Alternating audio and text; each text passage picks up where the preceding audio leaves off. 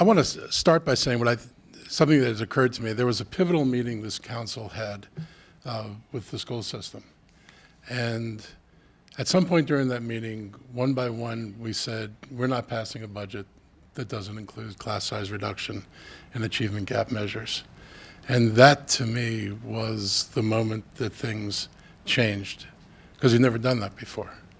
And in truth, the first budget we saw from the school system was a budget with no class size reduction, and I was at a public meeting, and PTAs were saying, pass this budget.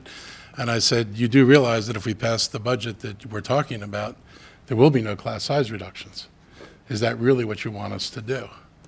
And the answer was no, that wasn't really what they wanted us to do. They wanted us to address class size and things that we could do to move on the achievement gap. And the board responded in some way, which was not fundable by the council, but the council adhered to the principle that we were only going above MOE if it included something for the kids. And I think that was really critical, and I think it altered the landscape in a really fundamental way. And I've been on this council for 10 years. I've never seen a council do it quite that way. We've attempted in other years to redirect money utterly unsuccessfully. And this is the first time we managed to redirect the money successfully. And I want to not only thank my colleagues, I want to thank the school board and the PTAs, which are absolutely amazing in putting out the message you put out for both clarity and relentlessness, particularly relentlessness, because I think I see you everywhere, and I think if I go to a meeting and I don't see you, I'm going to worry something's happened. So I hope I continue to see you, because I think the work goes on, and it's important.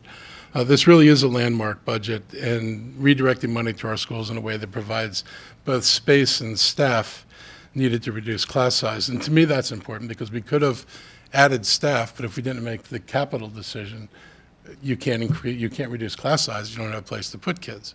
And we could have done the capital decision and not done the staffing decision. We'd have empty rooms, and neither one of those two things would have made the outcome. When I think that this budget does it, I know that a lot of us are scrambling around for ways to look at addressing the capital needs. We're looking at scrubbing I would have scrubbed every road out of the capital budget. There are different things people would have done. I appreciate the solution that the council president came up with. It certainly got us forward and had a minimal amount of discussion in principle, while it had some discussion over the detail. I think it was a simple way to get us out of this box in the moment we were in the box. So I want to thank everybody, and I hope that folks in the community realize that this is our premier asset. It's what parents look at. It's in terms of the success of the county. If we don't educate the kids well, parents aren't just going to blame it on the school board, they blame it on us. And it's an asset because if somebody's coming to Montgomery County, this is probably the first thing that many people look to. Whether you have children or you're young and planning on having children, the decision to locate in this county is critically driven by the educational resources. And we've been told a million times that companies thinking about locating look at school systems, and where would, and for what it's worth, where would their better paid employees choose to locate where they feel their kids would get the education that they want and they need. And that's an important relocation decision, and we need to maintain that. But the most important thing is the kids. At the end of the day, that is what this is all about, and all this other stuff is peripheral, important, but peripheral, and I'm glad that we're taking steps to address that. This budget, of course, has more than schools in it, and I think we've heard the long enumeration of the list. Mr. Farber did it, Nancy did, and did a more elaborate job, and I think we've all added things. I think what we did was critically important. As chair of public safety, nothing was more important than what Tom alluded to, which is the decision not to reduce or increase response times in parts of the county. My committee rejected that as earlier in the year, and we rejected it again when it came before us. You can't lecture us about the importance of 8-minute response times and then come up with proposals to push them into the 12-minute area. That was, in my mind, one thing that stood out as needing to be changed. We've enhanced environmental programs. We've enhanced the safety net. We still face rising needs. The technical recession may be over, but a lot of people are still deeply experiencing it. People at the bottom feel this recession still, and the needs are growing. Child care, as Nancy alluded to, is just astounding. When you look at the amount of money that people spend on child care, it's no wonder that some people say it's not worth it for me to work. And conservatives will criticize people who say, well, it's not worth it for me to work, but if the cost of putting a child in child care is greater than the income you make, in fact, that might be the better income for your family's, better outcome for your family's well-being. And I do think we're going to have to figure out some ways to deal with that. Same goes with housing. I mean, we're making a small step in this, but the housing needs are greater. There was the article recently about people leaving Silver Spring in large numbers because of rising housing costs. We're going to have a difficult time retaining our workforce as housing costs rise. But I will also say, you know, another way to deal with housing is to continue to try to deal with wages as we have before. And we go to lots of meetings about poverty, and people talk about, you know, how vexing the problem of poverty is. Well, poverty starts with lousy wages.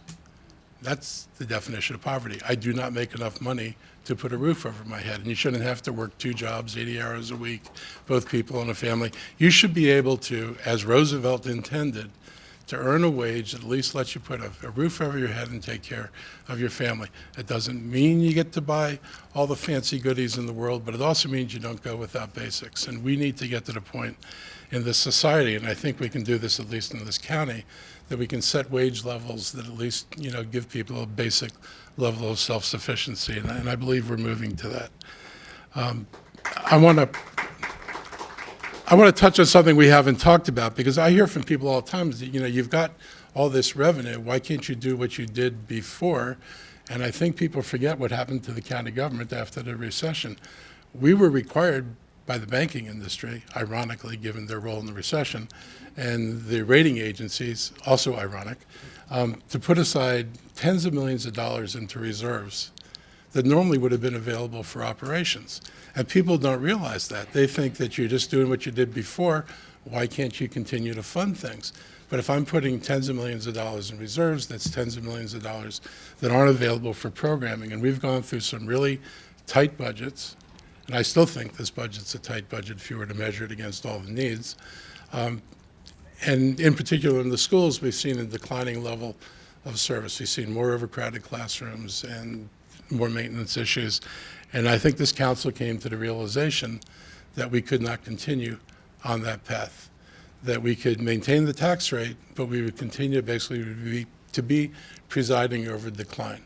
We would watch more streets deteriorate, we would watch more buildings lapse, we'd delay our school renovations, all these things that would have been negative. And I think this council made just a really bold decision to deal with the tax issue. So I'm really glad that we went there. I've said this before, and I'll say it again. There are no civilizations in history that are remembered for their tax rates. None. Name one. People are remembered for what they did, good or bad, but they're not remembered for how they tax people. And I want to be remembered, and I think, this council is trying to be thought of and remembered for what we did. And I hope residents out there focus less on the dollar a day and more on our efforts to actually put this county on the right path, to make this a stronger county, to protect our residents and make this a place that, all of us can be proud to live in, but also perhaps all of us can be able to live in. I want to thank Nancy for her leadership on this budget. It was harder, I think, than any of us imagined it was going to be. And I thought this was going to be a relatively easy year. It turned out to be a really hard year. I want to thank council staff for all the work they do and all the iterations of things that they're able to come up with so that we actually get choices. I want to thank my staff for all their input and all their analysis. None of us can read everything up here and attend every meeting of every committee and listen to every discussion. So we all rely on our staff, and I really appreciate my staff. And I want to thank the employees of the county for all the work you do and how you do it, because at the end of the day, our employees are really the face of the county government. we make these decisions up here, but our employees encounter far more residents than we do, and they really are the face. I have a minor disagreement over funding employee contracts. I thought there was a difference between how county employees have been treated and school employees have been treated, and I thought moving towards some equity among all county employees was something we should have attempted to do. It's not the end of the world. The 4.5% raise that people will get is not insignificant. But I hope we continue to look at this issue as well as we look at other issues. I think, one area of serious concern is the mental health area. The county is not a primary mental health agency, yet our jail is probably the largest mental health facility in the county.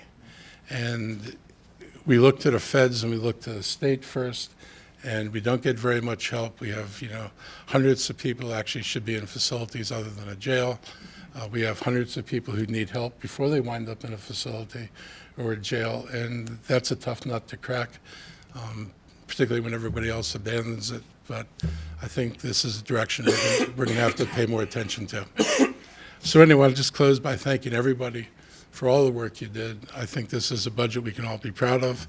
I think it's a budget that will make a difference, but it's also a budget that sets us in a direction that doesn't land us on the shore. There is more work to do. So thank everyone.